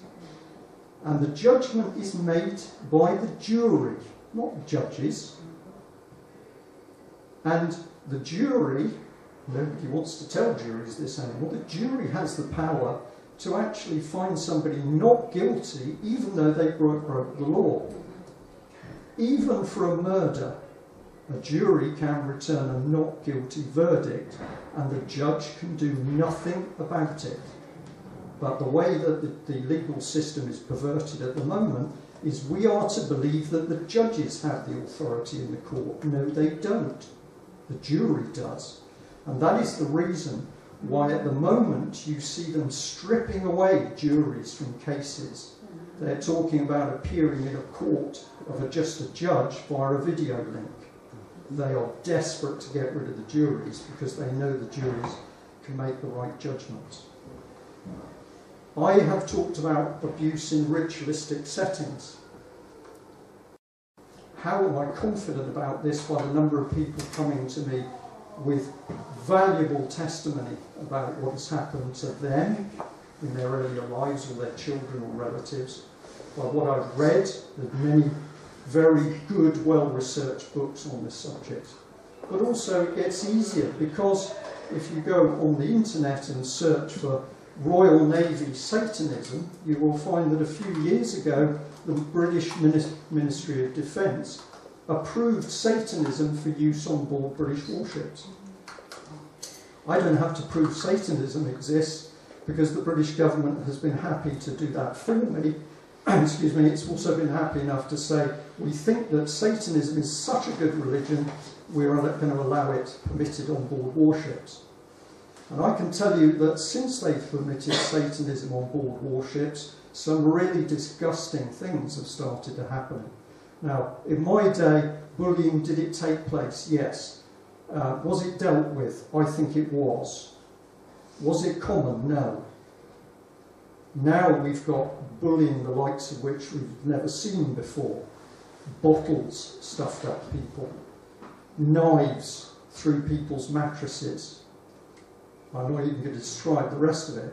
Now, if you've suffered abuse and you've been in an institution, just look at the back of the room, you would have felt confined. You were locked in that institution. If you're suffering abuse on board a warship, where do you go? You can't even go on the upper deck, certainly not at night, because people fall overboard at night. So if you want to take a location where the injection of something like Satanism is utterly abhorrent, it's a warship. But the British government has approved this. I started to ask, who approved it? And of course, nobody wants to own up as an individual. I have a stupid email from the British Ministry of Defence saying, we didn't approve it. What? You approved it. It's public. Yes. It's supported under the Equalities Act. A person has got something, a personal belief, a credo. That is where all types of religious viewpoints have an equal standing. The Equalities Act. Okay, now the question, because what we're getting into here, where does this come from? And I'm going to use one word to you, policy. If we look at how our society has changed, it's changed because of policies changing it. We could look at the destruction of industry, the car industry, or in Scotland, shipbuilding, the fishing industry. That hasn't come about by accident, it's come about because policy has created that change.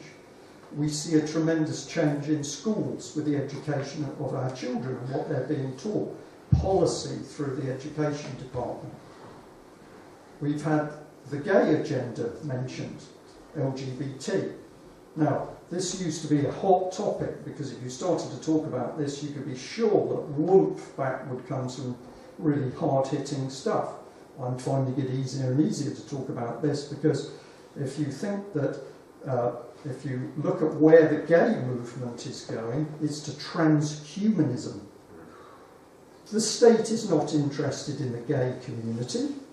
They make it appear they are, but they're not interested because eventually you're not even going to be allowed to be gay. Now, this week, just gone, on screen, we put out a poster which has come from a charity, but they're approved by the National Health Service, and it's LGBTU.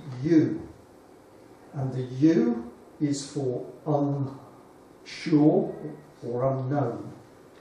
And what they are going to do to children is say, well, children don't really know what sex they are until they decide for themselves. But of course, by the time the child decides for themselves, they're going to be pumped full of propaganda saying it's okay to be whatever you want to be. And where this leads is the fact that the state does not want, under its policy, to have normal family units. It does not want normal sexuality. It wants people to be something completely different from what we would regard as a normal human being. So they use a language, genderqueer language. This is true. We haven't planned this, but you're doing a good job, because that's just brought something into my head.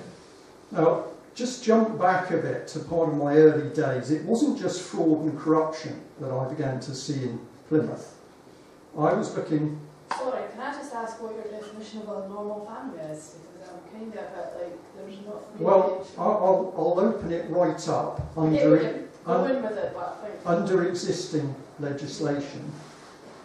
I'll go where existing legislation is, and a normal family... Before you move on, can I just say that they're also changing people's kids' DNAs to make them demasculising men, and they're masculising women as well. So they're not really under they don't come under the LGBT label, because they're man-made. They haven't naturally come to this. This is why I use this word policy. So it goes back to them disrupting families and getting and separation and putting kids into care and making money again.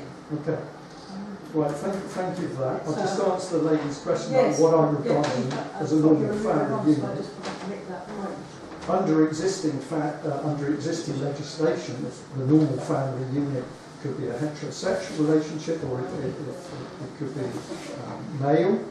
It could be male dead, it could be a lesbian relationship. Maybe the word relationship is family dynamic rather than normal family, because I don't actually think I don't need to, with great respect, I don't need to, because where the policy is going is there isn't even going to be any of those units. Because what a normal family is. Just let me keep going, please. I'm very happy to answer questions at the end. But what I'm pushing is that if you look at the policy which has created this horrible world we're in at the moment, where we have this massive abuse of children, and we have policy that prevents people getting justice in this world of abuse of children, it's the policy that you need to focus on. Where does the policy come from? And my prediction is, and I'm very confident in this, that whatever you think is the acceptable boundary at the moment, where it is going is for anything goes. It is, you can be what you want, and a doctor called Graham Downing has been putting up information recently showing that they're already successful in growing half human, half sheep embryos. Right? So if you want to get a little bit focused on families, I say to you, well, hang on a minute, because the family unit, even if it's this wide, is not going to exist, because where they are going is to attack the whole of humanity in its existing form. We know that the legislation coming in is pro-abuse. We see children taken away from the protected mother or father and given to the abusive one. In Sheffield at the moment, there's a lovely little game going on. There's abuse going on in some of the immigrant communities. And you'll say, well, we're not surprised because the Asians are at it. We'll come back onto that. In Sheffield, an immigrant mother, may not even speak English properly, goes forward to social services and or the police to say that my child is being abused. Shall I tell you what's happening next? Her name is being released back into the community. And then that mother is then being beaten up or raped or both, because she's breaking trust within that community. Who is leaking the information back? Asians? No. White, local authority people. White police are leaking the information back into these communities. So these women are suffering their children being abused, and yet when they come forward for the wonderful British legal system, they are actually finding that it turns on them. Now, there's a very, very brave man and a team working to try and help some of these people. But when we look at what the mainstream media tells us is going on in this country, we get under the surface as to what's really happening, it's very different. Is child abuse taking place in Asian communities? Absolutely. How has it been able to take place on the scale? Because the authorities have let it. The police have allowed it to take place. The local authorities have allowed it to take place. And you drill into those local authorities, they're not Muslim local authorities, these are supposedly our traditional local authorities. So why would local authorities permit this? I've started the process. They're in the game. The agenda. They're making money from these children. They are the pimps. They have the child abusers in the system. And when we get survivors who come to us, and perhaps I mention a name, NSPCC, they laugh. Bernardo's, they laugh. Because when you get down to the level of the people who are abused, they know that these people that come forward as helpers are in the game. Like Esther Ransom. I'll give you another financial fix. Sorry, I'm finding it a bit uncomfortable, this. I'm sorry. I've been through this through all my life. Yes. I grew up in an abusive family, my parents, and this is actually worrying me because it's a bit generalising. They're generalising slightly. It's not every single Asian community. It's not every single government agency. It's not. This is not a big conspiracy. There's a lot going on. I understand, and it's completely institutional. I understand, but I think it's a bit scary if you're going to start saying that this is all because there's white people that are making this happen in the Asian communities. That's a cultural thing in those communities. It's not. Other white communities also like that. I've got to be very. It's only been in the last 100 years that this country started to even look at sexual abuse of children. Before that, children weren't even valued. Children were treated as adults. So it's a learning process, and it has been a learning process. But some of those countries that you're talking about, referring to, are not actually. They're culturally embedded. They keep it hidden within their families. What I said is when those cultures are doing the right things and coming forward, they're being attacked by the very authorities who say they're there to protect children. Yeah, I'm just scared that I don't ever be feeling like me and feeling like, for all my life I thought this whole world was full of freaks, full of just evil people that want to hurt children. That's all I thought, and I really didn't want to be in it. It's when we now I've realised there's a lot of nice people and good people, and I think it's important that people know that so that they don't. The problem they were sending ways down the pit, and they weren't paying them added wages. That's what I mean, children have never been valued, and that's why. I'm very, very respectful of what you're saying. I'm going to come on to the good bit, but if we're going to talk about child abuse, we're going to talk about child abuse, and we're going to talk about what's really happening. Yeah, but I just would rather it was completely based on facts and truth as well. What do you think? I feel like it's what do you think I've told you that's not true? I just think that you've got specified. No, I've got to challenge you. What do you think I've told you so far that's not true? I feel like you're generalising a bit, and instead I think that the whole movement needs to be a bit more. You need to focus on the specifics rather than generalising, because I think what I've done, with respect, what I've done, which I think is. But if we want other people to listen to us, we can't do that. This is what I'm trying to say. I'm saying if we want the world to listen to us. Great respect, right? Excuse me, can I just say to you, I really would like to replay a little bit, because what Brian is saying, and I've been listening to Brian, and I'm actually going to one day stand up and tell my story too. But he's not necessarily talking about generalising, so I don't know your name, by the way, I don't know my name's Lane. No, I'm Carol, yeah. So Carol, let me just explain. Every single thing that Brian is relating to is specific. So let's just make very clear that this gathering people is not to make you feel worried, it's just to make a statement of fact. No, I'm not saying that you're trying to worry personally. It's very, very important to remain with that thought first. Yeah. Really, honestly. I have a child at this moment in time under my protection. 10 years that child has been taken away and has been abused left, right and centre. And I have had 36 attempts in my life. Okay? I'm still sitting here. But I still, Carol, think there's a lot of good people out there. Because why are we all sitting here now? So we can't just bear with me and bear with everybody else out there. Because what we're here to do is to try and turn the bad into the good. Exactly. So please, and you're here because you believe in that too. Exactly. You're here because whatever, I don't know whatever religion you all sit in, but I'll say one thing, we're all of the same mind. We're here to do good because we have a good heart. But I've watched for years people actually doing this good work, and I've been part of this work for years, and watched the way it's done, the way that it's been projected to the public to work against us. So I'm just pointing out that we need to be a bit careful about that. That is the way it is. But you're here to be a game changer, hopefully, and therefore just so I really understand where you are. Yeah, I'm just giving my opinion on what I'm just saying. I feel that this is a fact, and that's your opinion. No, I'm basing mine on facts, thank you. I'm not going to sit there and be patronised by you. We're all here together, listening together. We're all fighting together. We're going to be there, thanks. Come to the speaker. We will come to some question and answer shortly as soon as Brian's finished. And then if we move on, let Brian finish, and then we'll chat a little bit more afterwards, and then we can move on because we're only limited on time. But yeah, let's all just chat and we'll explain a little bit more. I'll just add, just to sort of a little line, but I'll take questions. I am, of course, in the position that I can't talk some detail because I can't name the cases.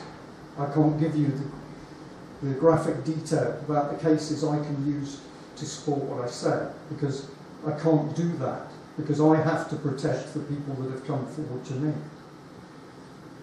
But we know that the problem is very big.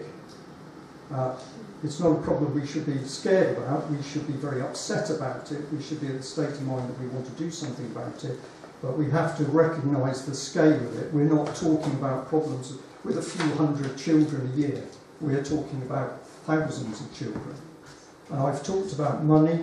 I've just finished that point. If you go and look at some of the big charities, there's one called Action for Children. I think the turnover, it's either Action for Children or Core Assets. What a nice name for a charity that does things with children. I think it's Action for Children. It's got a turnover of 198 million.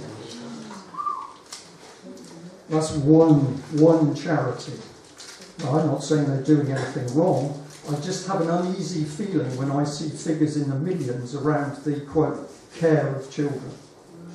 Right? So let's come to the policy. Where does the policy come from that is causing the problem? Where is the policy that says if you home educate your children, you're a potential terrorist? Because that was one of the articles appeared in the paper this week. Where does the policy come from? Where does policy come from? Well, this is a very interesting question. It doesn't come from MPs debating it in Westminster. It comes out of the civil service, and it comes from think tanks and pressure organisations and charities that put their oar in. And when we're now at the stage when, on one of the police operations, if you called the Metropolitan Police in London to talk about the abuse of children, who answered the phone? It wasn't the Metropolitan Police. They've got an NSPCC call centre. Where's the separation of powers? If you look on any child safeguarding board in any area in the country, you will find it brings in everybody, including the police. How convenient. So if anything happens that shows there's been a breakdown in the protection of children, the police are automatically complicit because they're part of the child safeguarding board.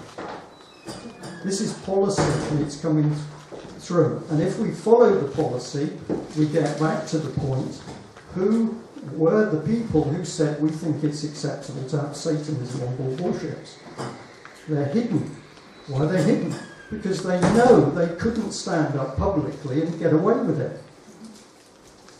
So when we start to look at this vicious policy that comes out of Labour, it comes out of the Conservatives, it comes out of the Lib Dems, which is meaning that Children are being abused, but when you try and get justice for the families or the children or the survivors, what happens to you? You're attacked, you're ridiculed, you're threatened. I have been through this for standing up and now trying to support survivors and to get this topic out into the public domain. Have I had the threats? I assure you I have. So you stand up and you tell what you know, you put evidence on the table, the statistics, the figures, the written testimony, and the state attacks you viciously. Police in your house, threats in court, strange things happening with your business. So this is the way the state deals with you. Why does the state do that? Well, I think it's pretty obvious why the state does this, because the state is complicit in what's going on. And this links back into what David started to talk about. All of these cases come forward and they go near court, but you don't get a sensible decision, you don't get justice. What's happening in Oxford at the moment around the abuse of children, so Beechwood Children's Home, the whistleblower, Melanie Shaw, and this has been mentioned already, has spent over 19 months in solitary confinement. She's been denied medical support in prison, she's been brutalised, she's had clothing withheld, she hasn't washed for weeks, she's been assaulted, she's been beaten up. Why? Because Melanie, like many survivors, has a phenomenal memory. She knows about the abuse, she knows who was working there, she knows their car numbers, she knows which politicians were involved. And they got Melanie off the streets pretty quickly. If we hadn't got involved, I think she would have disappeared into the psychiatric gulag. Instead, they had to keep it relatively visual, so there were charges cooked up, and she's been in virtually solitary confinement for 19 months. She does not know her release date, or didn't a few weeks ago. She did not know what the charge was she'd been convicted of. Now, Melanie Shaw, for me, is a very important lady because the abuse she suffered was not normal abuse. How did I start to really understand Melanie? And she will not mind me talking about this, because initially she came to see me, she talked to me for 2 hours about the abuse, rapes, threats, beating, deaths of children in Beechwood Children's Home. And then I was the one that stayed in contact with her. I was the one who realised she was missing. I was the one who reported her missing, which resulted in Nottingham police having to admit they had her in custody. My goodness, that was just brilliant, because then we could track her and she didn't disappear. Then Beechwood expanded to another 7 or 8 children's homes under Operation Daybreak. 2 prosecutions. Even though the police admitted several hundred children had been abused, there was 2 prosecutions. Why? Because the trail led back to social services in the Nottingham area. What did Melanie talk to me about? She talked about how she'd been abused after she'd been put in care. And then when I got to know her well enough and I went on a very long car journey with her, she told me about special abuse, and that was ritualistic abuse in a family that believed that you weren't part of the club unless you could urinate on a picture of Christ. She talked about the threats. She talked about what they did to her.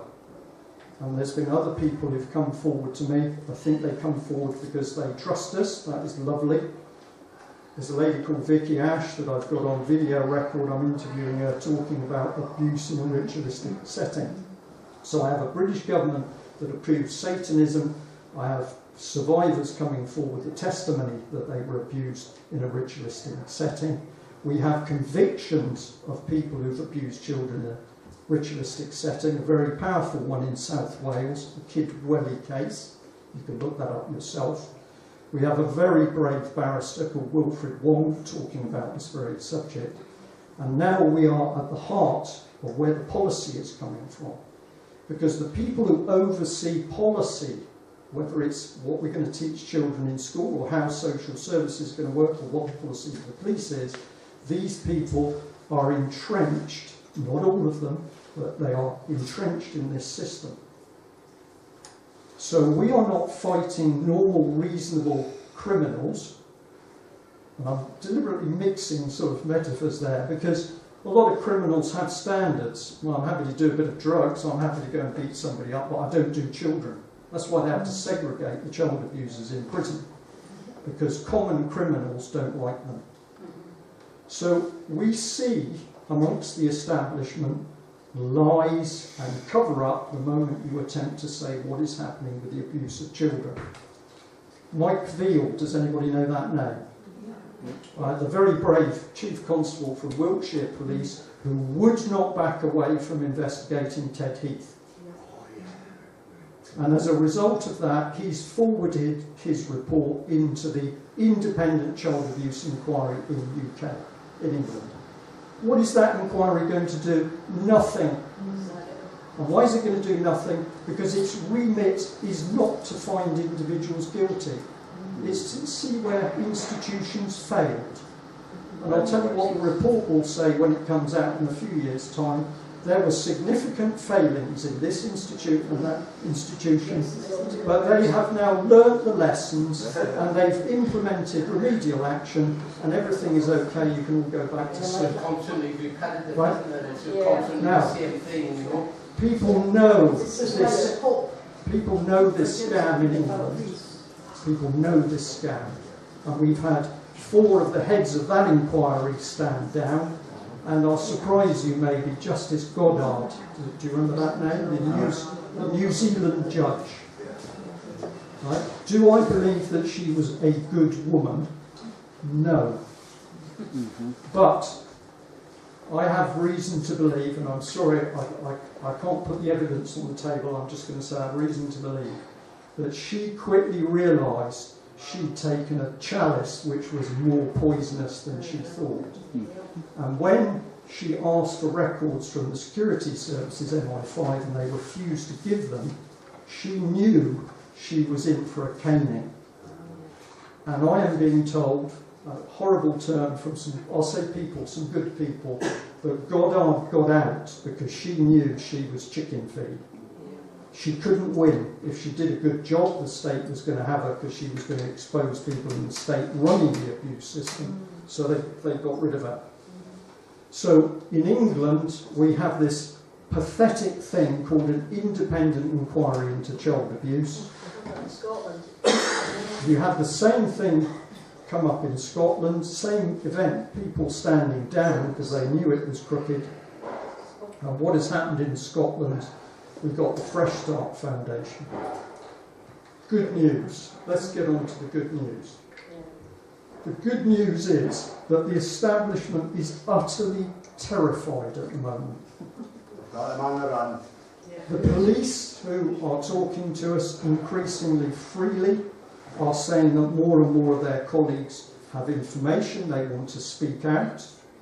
John Wedger will tell you that he's been contacted by more and more police since he did speak out, and they're saying we've had enough of it. So under the surface there's a huge surge in people wanting to speak out. John Wedger did a walk from London to Manchester to raise awareness for police whistleblowers and child abuse, and a single MP joined him called Mike Penning. Now, Mike Penning was former Minister of Policing, and initially I'm going to say he was very sceptical, he rejected John. And then I think he had a change of heart and he spent a lot of time with John. He believed what John was talking about, the massive cover-up of child abuse. And Mike Penning produced a report. His report went to the Home Office, and 2 weeks ago Mike Penning was on BBC Three Counties Radio saying publicly, I gave my report to the Home Office and it disappeared. Right? So the police are coming forward. We have social workers coming forward. A very brave ex-social worker called Carol Woods talked about what happened to her when she realised her local authority was stealing babies. We have MPs talking. They won't talk publicly at the moment because they say it's getting quite scary in Westminster. The reason it's scary is because they know the truth's coming to the surface. We have contact with the press. Now, I did a lot of exposure on an organisation called Common Purpose. I haven't got time to talk about it, but why Common Purpose was so dangerous was it was training within a lot of the institutions and local authorities, playing with people's heads. But we were also getting information there were some pretty dangerous people connected with Common Purpose. Common Purpose didn't do CRB checks. Now on the video you started off with, a name came up and I thought, wow, that's nice, James Rennie. James Rennie, Common Purpose graduate, working with other men in Scotland abusing babies to 3 months old. There was another man called Matthew Byrne, Common Purpose Advisory Group man, who was done for child porn, but also he nearly murdered 2 prostitutes. You could look him up, Matthew Byrne. He was an advisory group, advisor for Common Purpose in Merseyside. Question, what sort of men was he recruiting, or youngsters was he recruiting into Common Purpose? I got a legal letter from Common Purpose's solicitors because of what I said publicly about them. And one of the things I said publicly is there are paedophiles operating in the Common Purpose networks. They did not come after me. Now, why didn't they come after me? True. Evidence. If you want to put the message across to the public, you've got to be reasonable.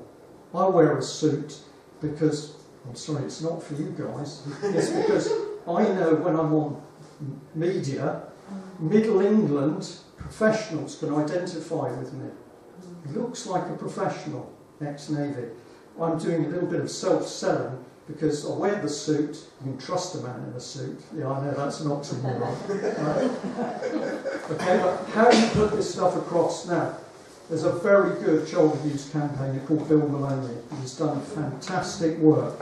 Selly Oaks, he's been one of the key drivers that they haven't got justice, but at least they've started to get the local authority on the rack with mega compensation. Bill Maloney, I've known for quite a long time, and I'm saying we're good friends, we work together. A few years ago I said, let me interview you, Bill. And he said, yes, I will. And I said, okay, when it came down to Plymouth, there's one rule, Bill. And he said, what's that? And I said, no bad language. Am I allowed to swear? You can edit it out. His reply was, fuck off. And then I'm going to say, he likes me swearing because he said, you swear so beautifully. He's a North London boy. So he told me to F off. And I said, no, Bill, no swearing. That's the policy of our channel. We're reasonable, we're polite, we don't use bad language. And he told me all the reasons why he swore, that he's a survivor, he didn't give a shit. And I worked on it and I said, it's my studio, you want the interview, no bad language. Bill got through the interview, he did use one word, but it was fairly mild. And that interview went out. About 3 weeks later, he's calling me and he said, bloody hell, Brian, we got so many hits on that video, I've never seen anything like it. I said, that's because you didn't swear. Right? Now, why is this important? I got a letter from a lady saying she wasn't going to donate to the column anymore because she'd heard me use bad language. And I thought, what bad language is it? It was shit. In a talk I'd given that was recorded, I'd used the word shit. And that was enough to switch off Middle England. Why don't you want to switch off Middle England, Middle Scotland? Because these are the people that will support and will give money. But they're very sensitive people. I won't say who, but when I came into this building this morning, somebody said, what are you guys going to do in that room? And I said, well, actually, we're going to talk about child abuse. Oh. And I said, yeah, that's the problem, isn't it? That this is a very important topic, but people don't want to talk about it. The war comes up, they get sensitive. But we need to talk about it because we had a Prime Minister who was a paedophile, Ted Heath, and he was protected. So we need to talk about the subject, but you have to use the right language, and you have to do it very carefully. And it doesn't mean being weak, the gentleman there in the middle, a lot of passion. I'm going to say to you, if I analyse what works, something very difficult for a lot of you, you've got to focus that anger, that passion. You've got to get rid of it. Go and play golf. Go and kick a ball, kick a tree. Whatever you need to do. You must not bring passion into this anger into this movement. You can be passionate, but even when you're passionate, you've got to be polite. And one of the key reasons for this is this society has got a range of policy which is just wonderful if people are angry and aggressive. You can be done for harassment, you can be done for hate speech, you can be done for homophobia, you can be done for everything. So this is a game where it works better if you're polite and reasonable. When you send a letter into an MP, and you should write to MPs because every time the letters come in they wet themselves, it should be a polite, reasonable letter. Yeah? Because when you put your reasonable letter as evidence against their unreasonable reply, you win. You win. Now, this is easy for me to say because I'm not an abuse victim. Many people say that they've been interested in what I talk about because I'm always very calm and measured. You should talk to Mrs. Gerrish because she might tell you a few different things. Right? What can I say? In my defence, I did have pretty impressive red hair when I was younger, so there's a bit of those genes. And sometimes I'm thinking, these people I really want to... But you mustn't let it get to you. Yeah?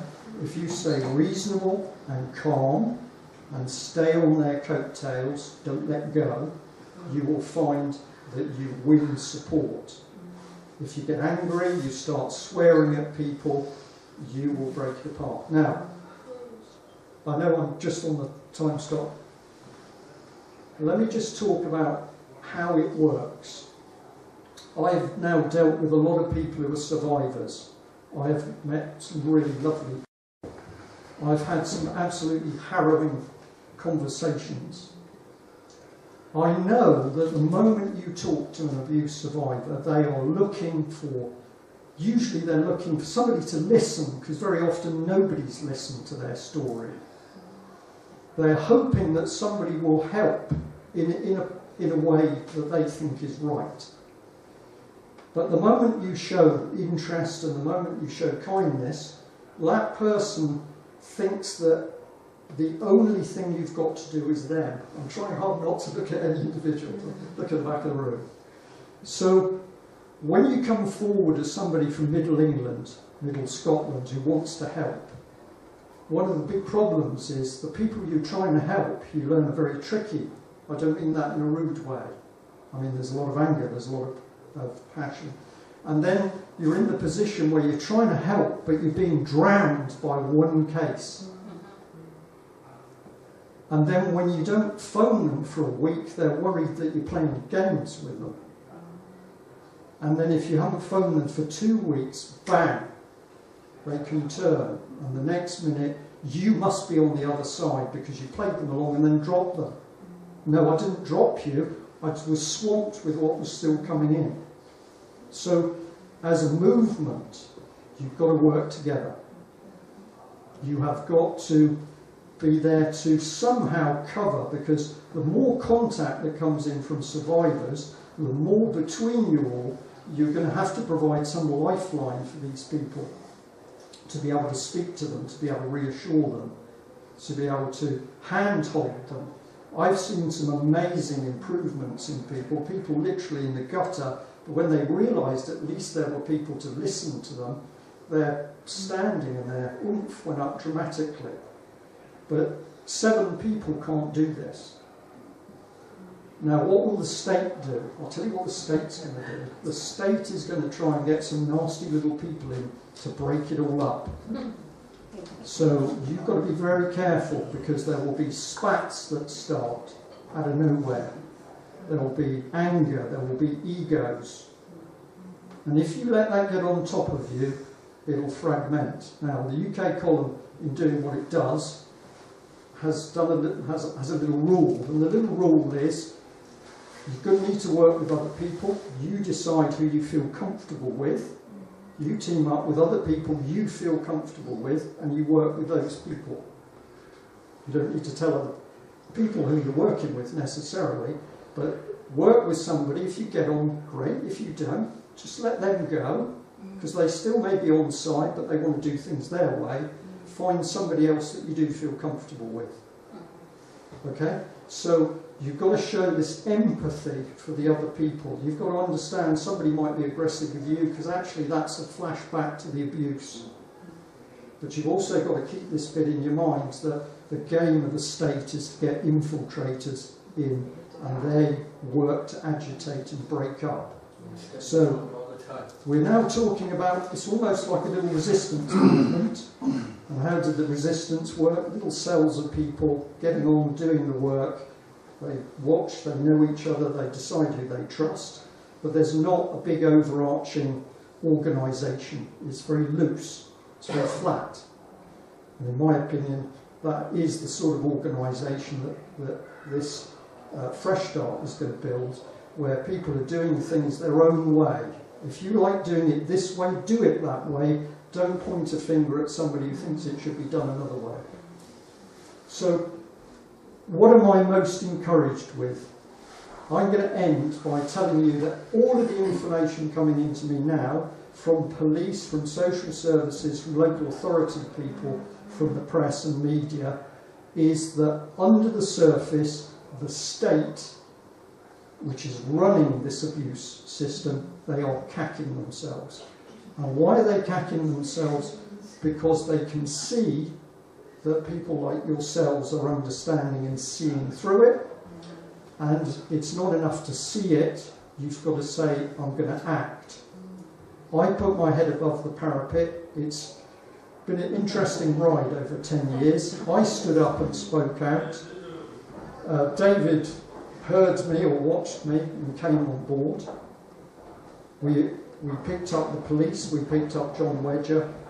When you put your head above the parapet, it can be scary, but you need to do it. And the big thing is action conquers fear.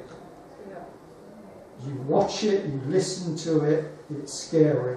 The moment you start to do something, however small, write a letter, send an email, pick the phone up, challenge a local MP, councillor, you feel better, you feel stronger. The moment you do that publicly, other people come on board. Now, Robert Greene has been mentioned. Robert Greene is an amazing man. He believes, as I do, that the agenda coming through is a satanic agenda. It's everything on its head. Love is pushed aside for hate, it's division, it's abuse of children, it's getting rid of the identity of who we are. It's a vicious thing. We could do a whole 2-hour talk on evidence, big evidence for that. But Robert Greene believes that. And then he said, well, what do you do if these people are so powerful? And he says, lift the stones.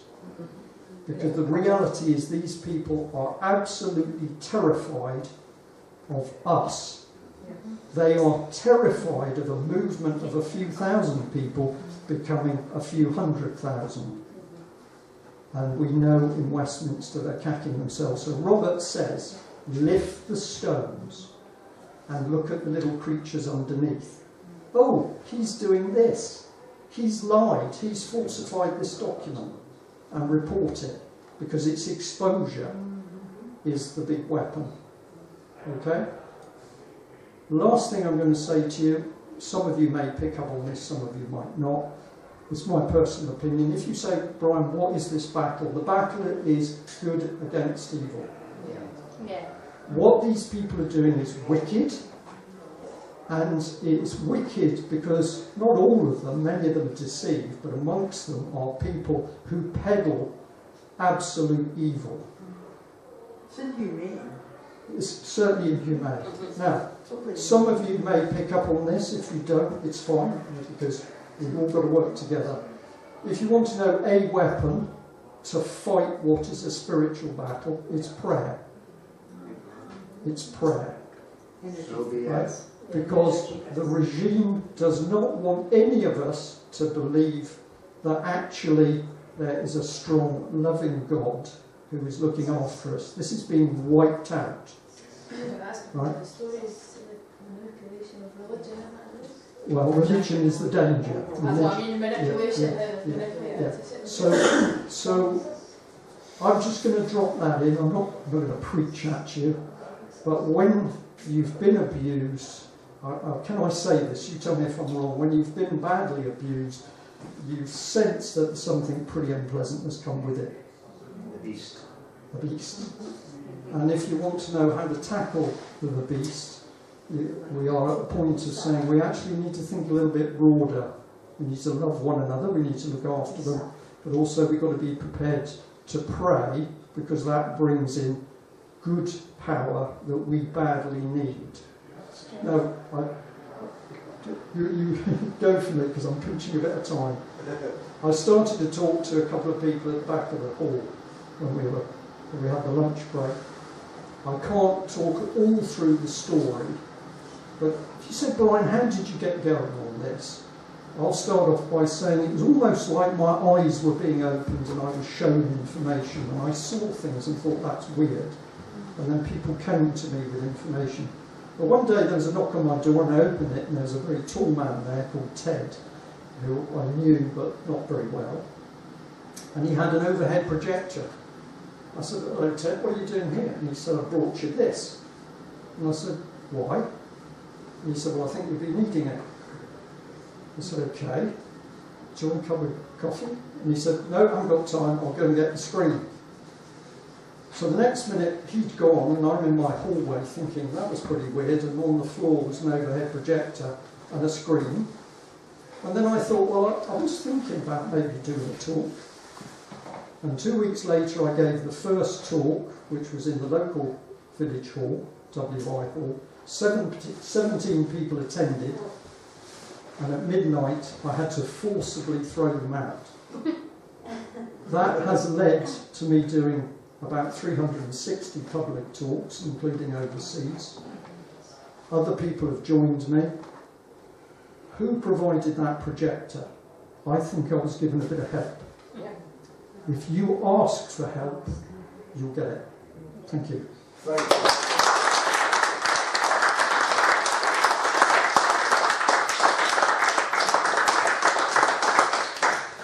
I just want to say thank you, Brian, on behalf of the group. I think everyone would like to say thank you personally for that. I won't talk too long because, as you said, we are pinching time now.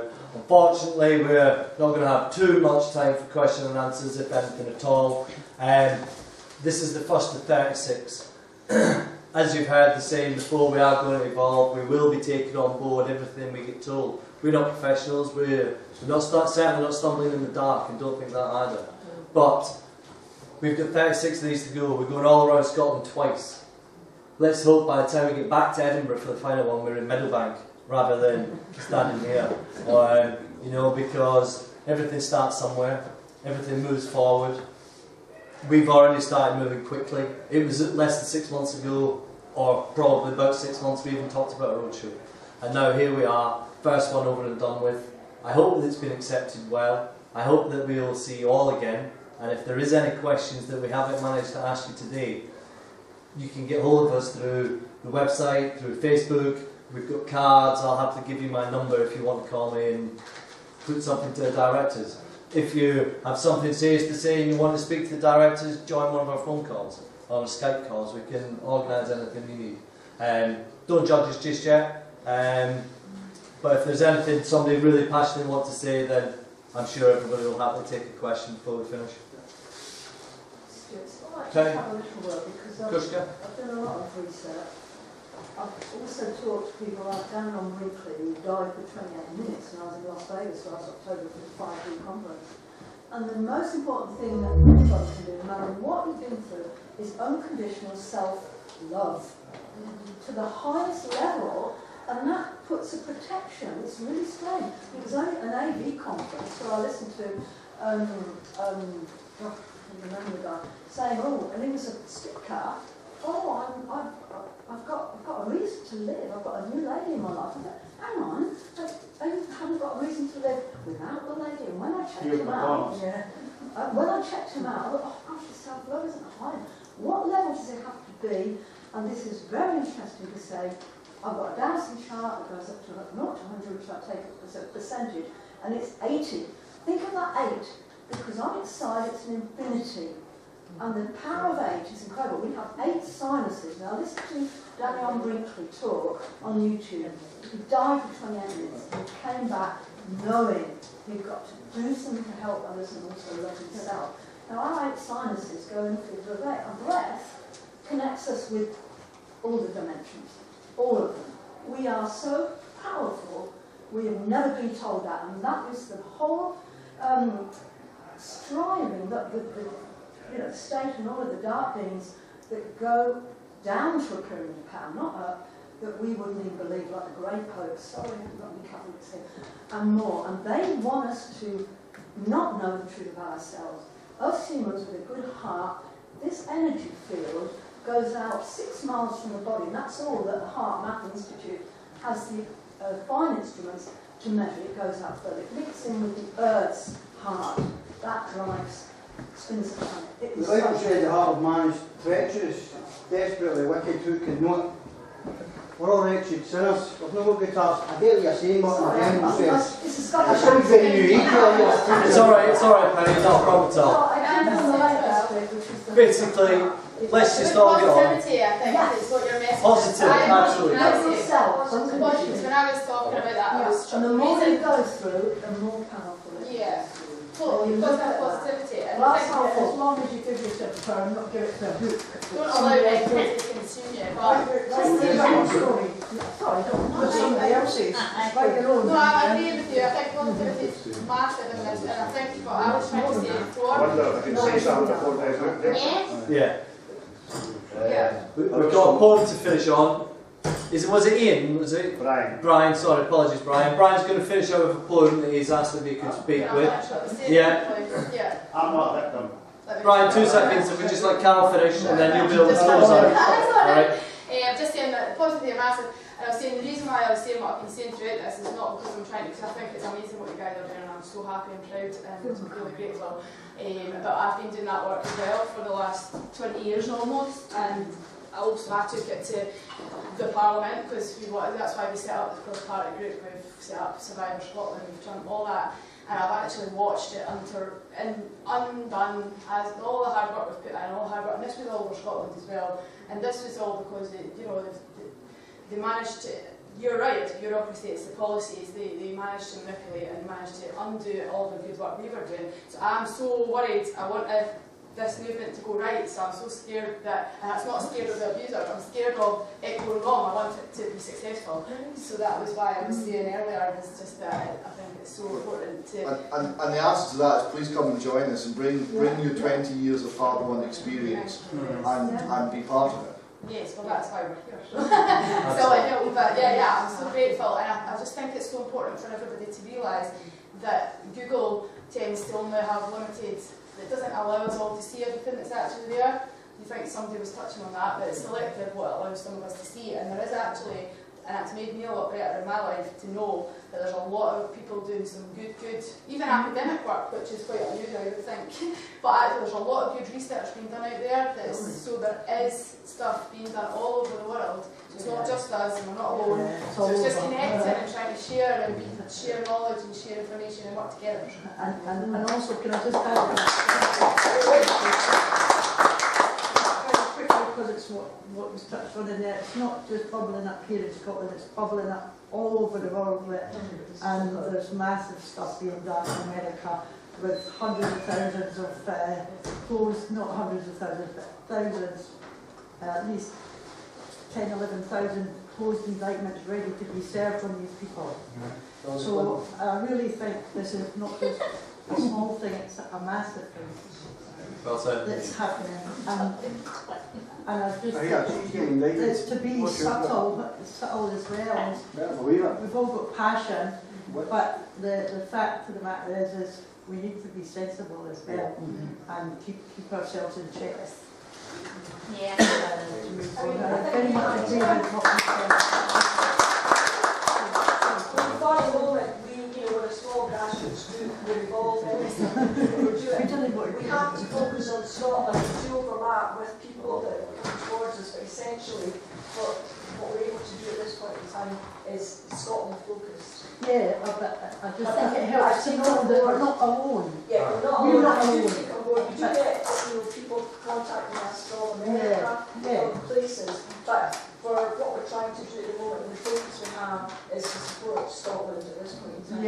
let me say, We're very, very much a heart for 6 miles, but a spirit goes right over the road. Yeah, thank you. Brian, if you'd like to close us out with your plug. This is for the ones that can't speak. Where's the kid? Where's my child? And where is good old spring? Sorry. Technology, there's no much on for that.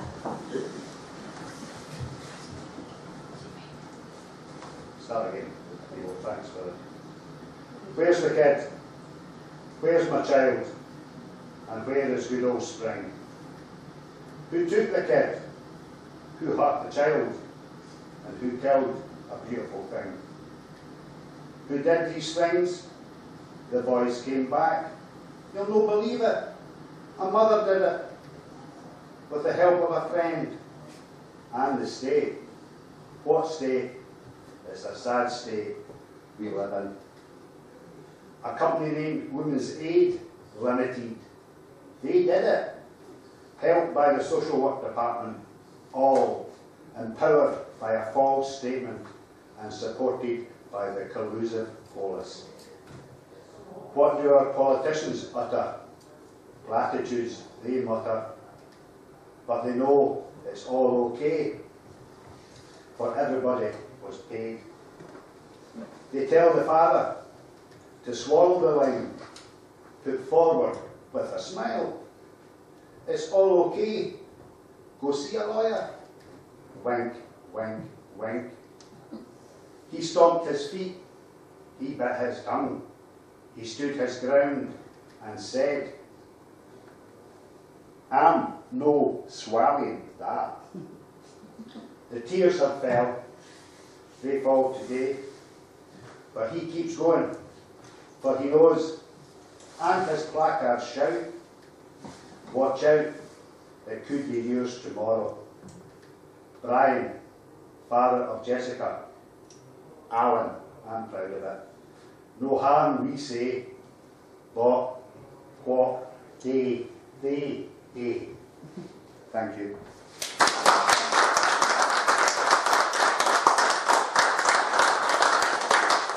Now once again I'd like to thank you and say goodbye. We are self-funded. I get the joyous point of asking you all to dig in your pockets if you have a penny, and everyone will be happy. We're just going to pass a bowl around. If you feel you'd like to give to the Fresh Start Foundation to allow us to pay for the next venue that we may have, or more equipment.